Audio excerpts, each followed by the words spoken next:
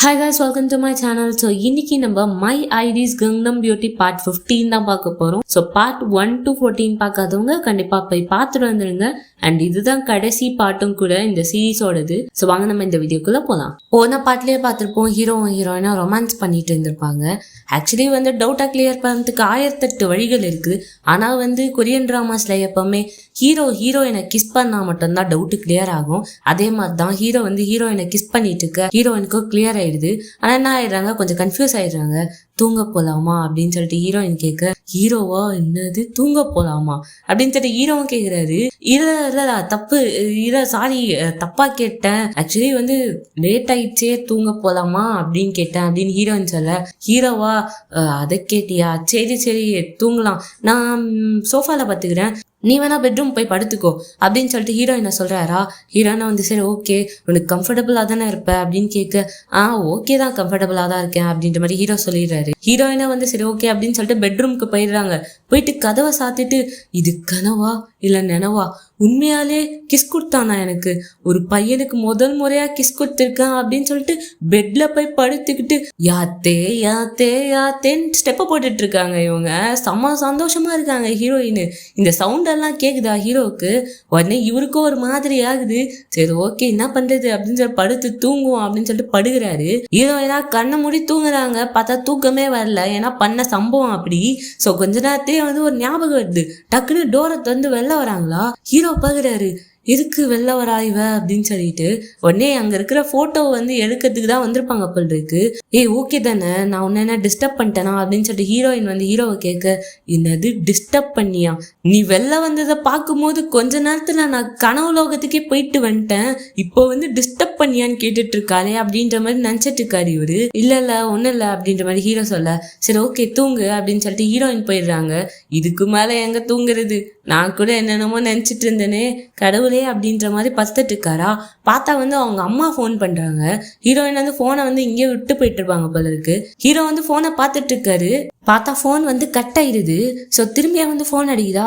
Hero ஹீரோயினை எழுப்பலாமா என்ன பண்றது அப்படின்னு சொல்லிட்டு டோரை போய் நாக் பண்ணிட்டு இருக்காரு. பார்த்தா ஹீரோயின் கவுந்து வச்சு தூங்கின்னு இருக்காங்க. தலைவர் தைரியசாலி போல் இருக்கு. போனை அட்டன் பண்றாரு. ஹலோ அப்படின்னு சொல்ல அவங்க அம்மா பயந்துடுறாங்க.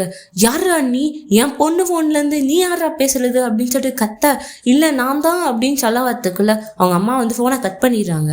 உடனே வீடியோ கால் போடுறாங்களா. தலைவன் வேற லெவலு, வீடியோ காலும் அட்டன் பண்றாரு. ஹலோ வணக்கம் அப்படின்ற மாதிரி சொல்றாரு. அவங்க அம்மா கத்த ஆரம்பிச்சிடுறாங்க. நீ என்னப்பா இங்க பண்ற, என் பொண்ணு கூட என்ன பண்ற அப்படின்னு கேட்கும் போது, இல்ல லாஸ்ட் பஸ் போயிடுச்சு, அதனால நானும் உங்க பொண்ணும் உங்க வீட்டுக்கு வந்திருக்கோம் அப்படின்னு சொன்ன உடனே, ஆக்சுவலி உனக்கும் என் பொண்ணுக்கும் என்ன ரிலேஷன்ஷிப்பா அப்படின்னு கேட்க, இல்ல நான் டேட் பண்றேன் உங்க பொண்ணை, நான் உங்க பொண்ணோட பாய் ஃப்ரெண்ட் அப்படின்னு சொல்ல, என்னது டேட் பண்றீங்களா, நீ பாய் ஃப்ரெண்டா, ஆமா நான் உங்க பொண்ணோட பாய் ஃப்ரெண்ட் அப்படின்ற மாதிரி தலைவன் கெத்தா சொல்ல, பின்னாடி அவங்க அப்பா வர்றாரு. யார்கிட்ட பேசிட்டு இருக்க அப்படின்னு சொல்லிட்டு ஹீரோனோட அப்பா கேட்க, உடனே சரி இரு நான் கால் பண்றேன் அப்படின்னு சொல்லிட்டு போனை கட் பண்ணிடுறாங்க ஹீரோனோட அம்மா. அவள் தான் ஹீரோனோட அம்மாவுக்கு செம சந்தோஷம். எங்க நம்ம பொண்ணு அந்த கடையில பார்த்தோமே ஒரு அழகான பையன், அந்த பையனை டேட் பண்றாங்க அப்படின்னு சொல்ல ஹீரோனோட அப்பா போன் போடுறாரு. அதையும் தலைவன் தைரியமா எடுக்கிறான்.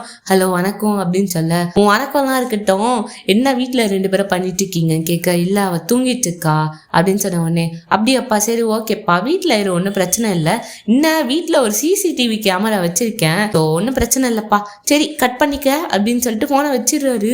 ஹீரோ மூஞ்ச பார்க்கணுமே, ஐயோ நம்ம பண்ண தில்லாலங்கடி வேலை எல்லாமே ரெக்கார்ட் ஆயிருக்குமே, எங்க வச்சிருக்காங்கன்னு தெரியலையே, இப்ப பார்த்தா கூட மாட்டிப்போமே அப்படின்னு சொல்லிட்டு திருட்டு பால் குடிச்ச பூனை மாதிரி தவிச்சிட்டு இருக்காரு.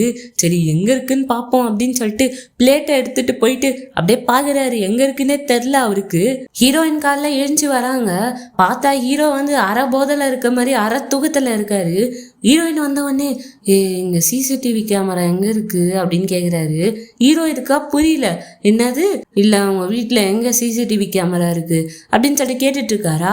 ஹீரோன்னு சொல்றாங்க, என்னது சிசிடிவி கேமராவா, யார் வீட்லயாவது சிசிடிவி கேமரா ஹால்குள்ள வைப்பாங்களா அப்படின்ற மாதிரி கேட்டுட்டு இருக்காங்க. ஓ அப்படியா, அப்ப சிசிடிவி கேமரா இல்லையா, சரி நான் ஒரு 10 நிமிஷம் தூங்கிக்கிறேன் அப்படின்னு சொல்லிட்டு குழந்தை தூங்க ஆரம்பிச்சிருது. ஹீரோயின் பாக்குறாங்க, என்னது என்ன இப்ப தூங்கிட்டு இருக்கான் இவன், பாவம் கம்ஃபர்டபுளாவே இல்லை போல அப்படின்னு சொல்லிட்டு இவங்க நினைச்சிட்டு இருக்காங்க. பஸ்ல போயிட்டு இருக்காங்க 2 பேரும். அப்ப வந்து ஹீரோ சொல்லிட்டு இருப்பாரு போல, அவங்க அப்பா வந்து நேற்று நைட்டு பயம்புத்தி விட்டாரு, சிசிடிவி கேமரா இருக்கு அப்படின்னு சொல்லிட்டு. ஹீரோயின் வந்து அவங்க அம்மாட்ட பேசிட்டு இருக்காங்க. ஏமா அப்பா அப்படின்ற மாதிரி சொன்னாரு அப்படின்னு சொன்ன உடனே, இல்ல சும்மா விளையாட்டுக்கு சொல்லியிருப்பாரு அப்படின்னு சொல்லிட்டு சமாளிச்சுட்டு இருக்காங்களா. உடனே ஹீரோ கேக்குறாரு, என்ன உங்க வீட்டுல என்ன பிடிக்கலையா அப்படின்னு சொல்லிட்டு. இல்ல அந்த மாதிரிலாம் இல்ல, சும்மா விளையாட்டுக்கு சொல்லியிருப்பாரு, நீ தான் சீரியஸா எடுத்து தூங்காம இருந்திருக்க அப்படின்ற மாதிரி சொல்லிட்டு இருக்காங்க இவங்க. சோயாக்கு வந்து ப்ரொஃபசர் கால் பண்றாரு காஃபி ஷாப்புக்கு வர சொல்லி. ஸோ 2 பேருமே வந்து மீட் பண்றாங்க. அப்போ வந்து போட்டோவை காட்டுறாரு, இது நீ தானே, இந்த மாதிரி உன்னை பத்தி தான் வந்து அப்லோட் பண்ணியிருக்காங்க போட்டோவை.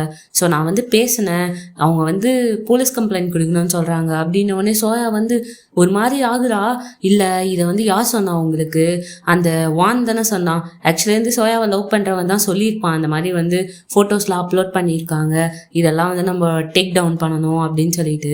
ஸோ சோயாவோட நல்லதுக்காக தான் சொல்லியிருப்பான். ஆனால் சோயா வந்து அவன் தான் பண்ணியிருப்பான் எனக்கு தெரியும் அப்படின்ற மாதிரி சொல்ல, ப்ரொஃபஸர் வந்து சொல்றாரு, இல்லை அவன் உன்னை காப்பாற்ற தான் ட்ரை பண்ணுறான், அவனுக்கு வந்து இந்த விஷயம் தெரிய வந்தவொடனே என்கிட்ட தான் சொன்னான், இந்த மாதிரி நீ வந்து போலீஸ் கம்ப்ளைண்ட் கொடுத்தாதான் யார் இதை வந்து அப்லோட் பண்ணியிருக்கா கண்டுபிடிச்சு நம்ம வந்து டேக் டவுன் பண்ண முடியும் அப்படின்னு சொல்ல, இல்லை என்னால் முடியாது, ஏன்னா வந்து நான் போலீஸ் கம்ப்ளைண்ட்லாம் கொடுத்தேன் அப்படின்னா வந்து ஃபோட்டோஸ்லாம் நிறைய எடுப்பாங்க, இதெல்லாம் பிரச்சனையாகும், எனக்கு இந்த பிரச்சனையே தேவையில்லை, ஸோ என்னால் இதெல்லாம் பண்ண முடியாது அப்படின்ற மாதிரி சொல்லிடுறா.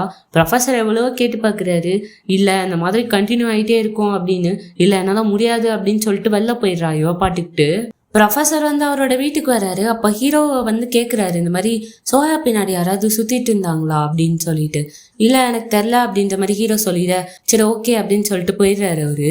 இங்கே பார்த்தா ஹீரோயினும் யுனாவும் பேசிட்டு இருக்காங்க.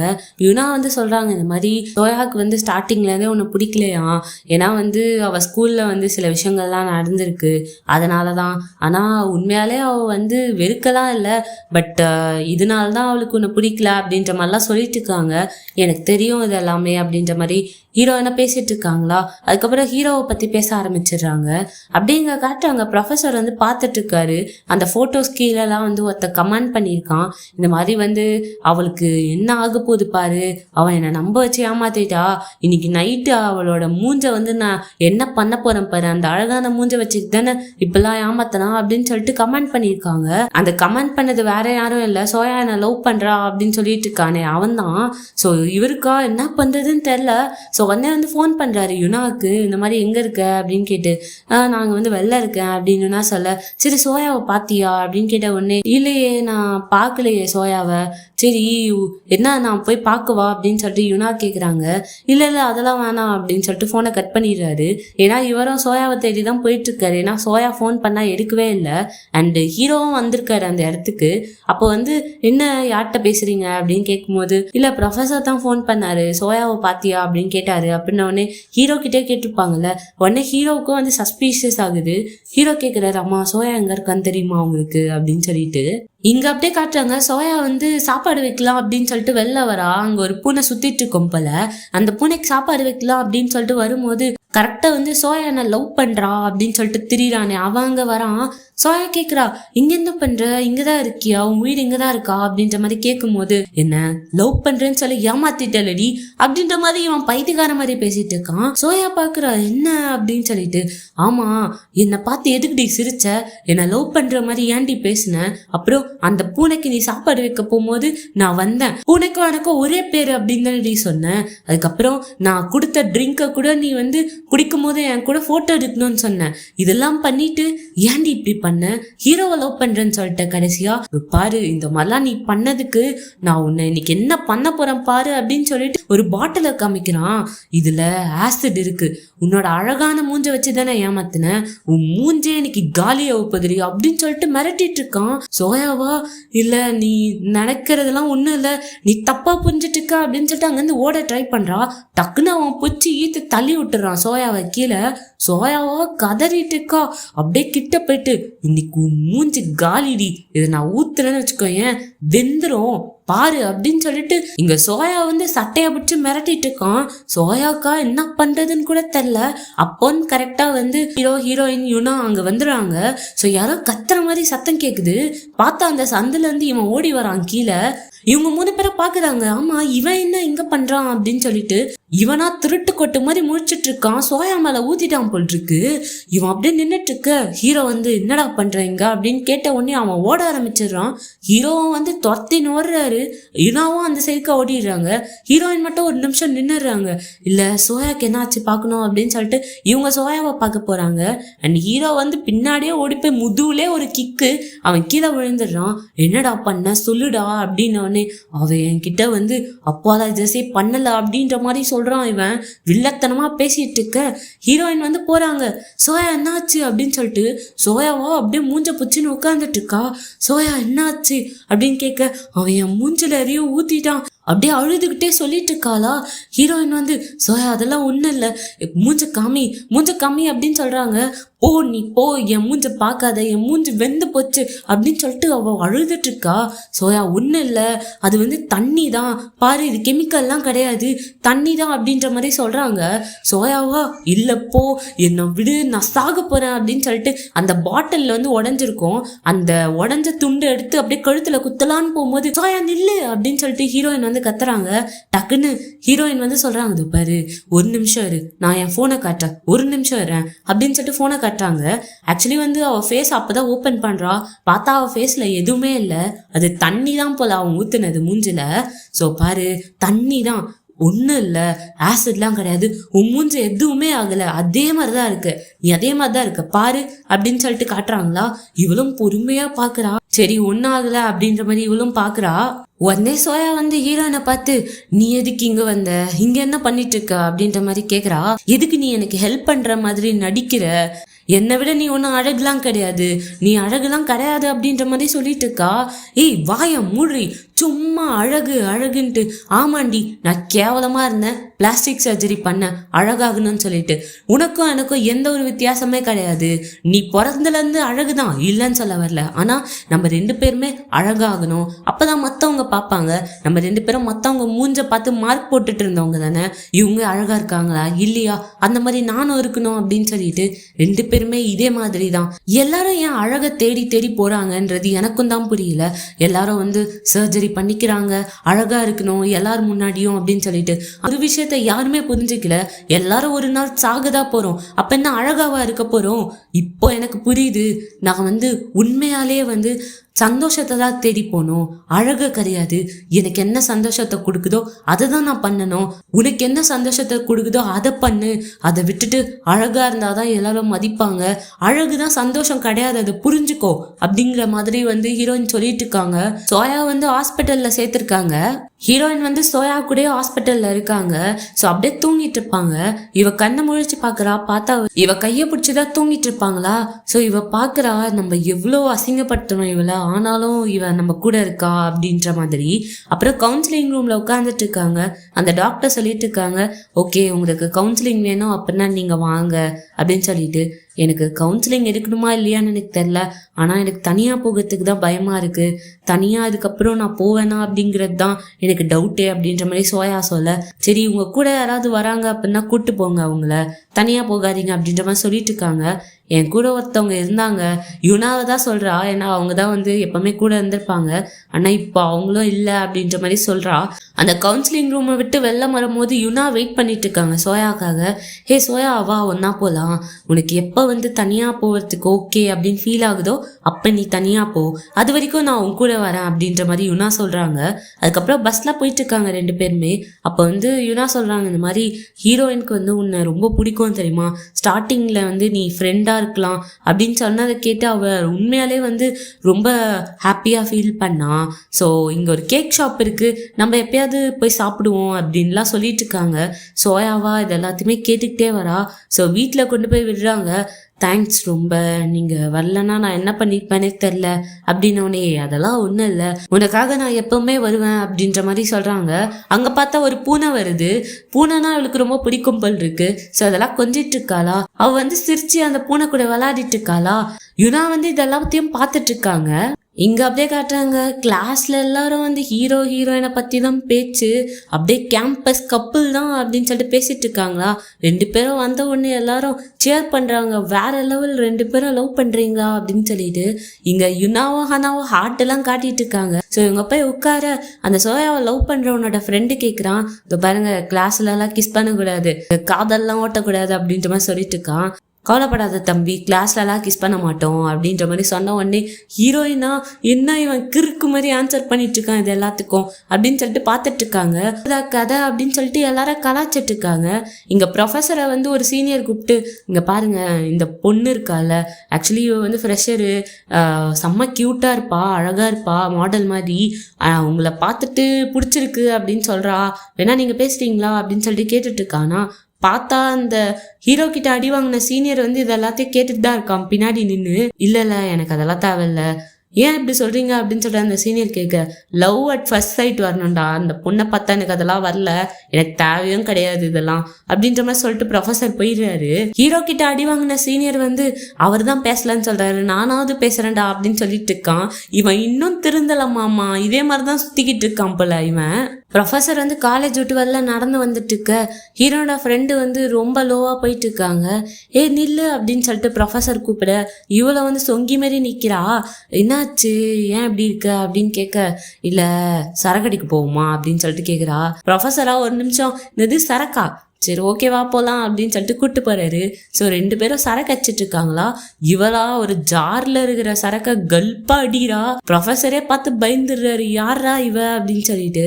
உடனே சரக்கு அடிச்சு முடிச்சுட்டு, பாருங்க நான் ஒருத்தனை லவ் பண்ணேன் சின்ன வயசுல, அது ஏன் தப்பு தான், அப்போ சின்ன வயசா இருந்துச்சு, இப்ப 33 வயசு, இப்ப வந்து என்ன லவ் பண்றேன்னு சொல்றான், அறிவு கெட்ட கூமுட்டை, இப்ப போய் லவ் பண்றேன்னு சொன்னா எப்படி நான் அக்செப்ட் பண்ணிக்க முடியும், நீங்களே சொல்லுங்க அப்படின்னோடனே. ஆமா அக்செப்ட் பண்ணிக்க முடியாதுதான் அப்படின்னு ப்ரொஃபஸர் சொல்ல, சரி விடு, லவ்னா கொஞ்சம் காம்ப்ளிகேட்டட் தான் இருக்கும், அதுக்குன்னு இப்படியா, எனக்கு ஒரு சிம்பிள் ஒரு நல்ல ரிலேஷன்ஷிப் வேணும் தான் நான் எக்ஸ்பெக்ட் பண்றேன் அப்படின்ற மாதிரி இவ புலம்பிட்டு இருக்கா. அதெல்லாம் கிடைக்கும், மேபி உங்ககிட்ட கூட இருக்கலாம் அப்படின்ற மாதிரி இவர் சொல்ல, இவளுக்கா ஒரு மாதிரி பிளஷ் ஆகுது. கிட்ட யார் இருக்கா, ப்ரொஃபஸர் தான். ப்ரொஃபஸரும் ஐயோ கிட்ட இருக்கும்னு சொல்லிட்டோமா அப்படின்னு சொல்லிட்டு ப்ரொஃபஸரும் ஒரு மாதிரி பார்த்துட்டு இருக்காரு இவளை. இங்க பார்த்தா ஹீரோயின் வந்து கிளாஸ் எடுத்துட்டு இருக்காங்க ஒரு பொண்ணுக்கு. ஸோ அந்த பொண்ணு வந்து, ஆமா நீங்க பிளாஸ்டிக் சர்ஜரி பண்ணிருக்கீங்களா அப்படின்னு சொல்லிட்டு கிளாஸை கவனிக்காம ஹீரோயினை மூஞ்ச ஸ்கேன் பண்ணிட்டு இருக்கா.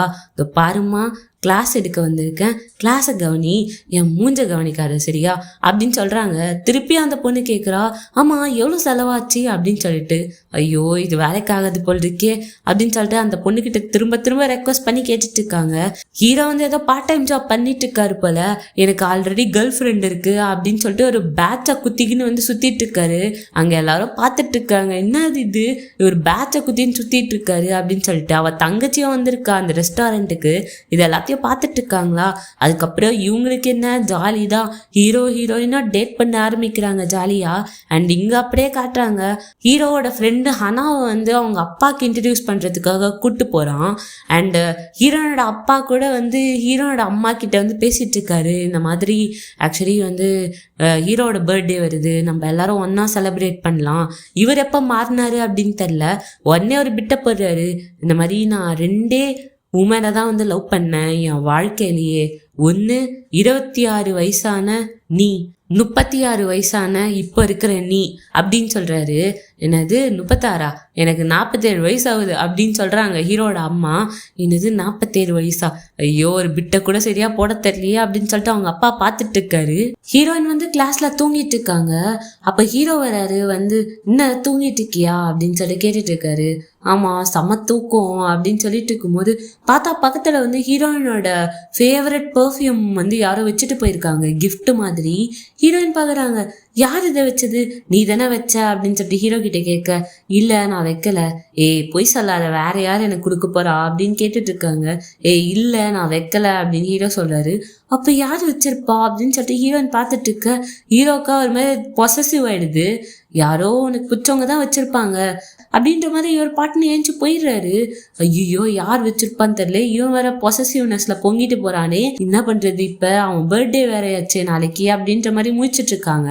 இவர் அவரோட பார்ட் டைம் ஜாப்ல ஒர்க் பண்ணிட்டு இருக்க அங்க வந்து சோயா வரா. சோயாவை பார்க்கவே டிஃப்ரெண்டா இருக்கு, அப்படியே பாப் கட் பண்ணிட்டு வராளா.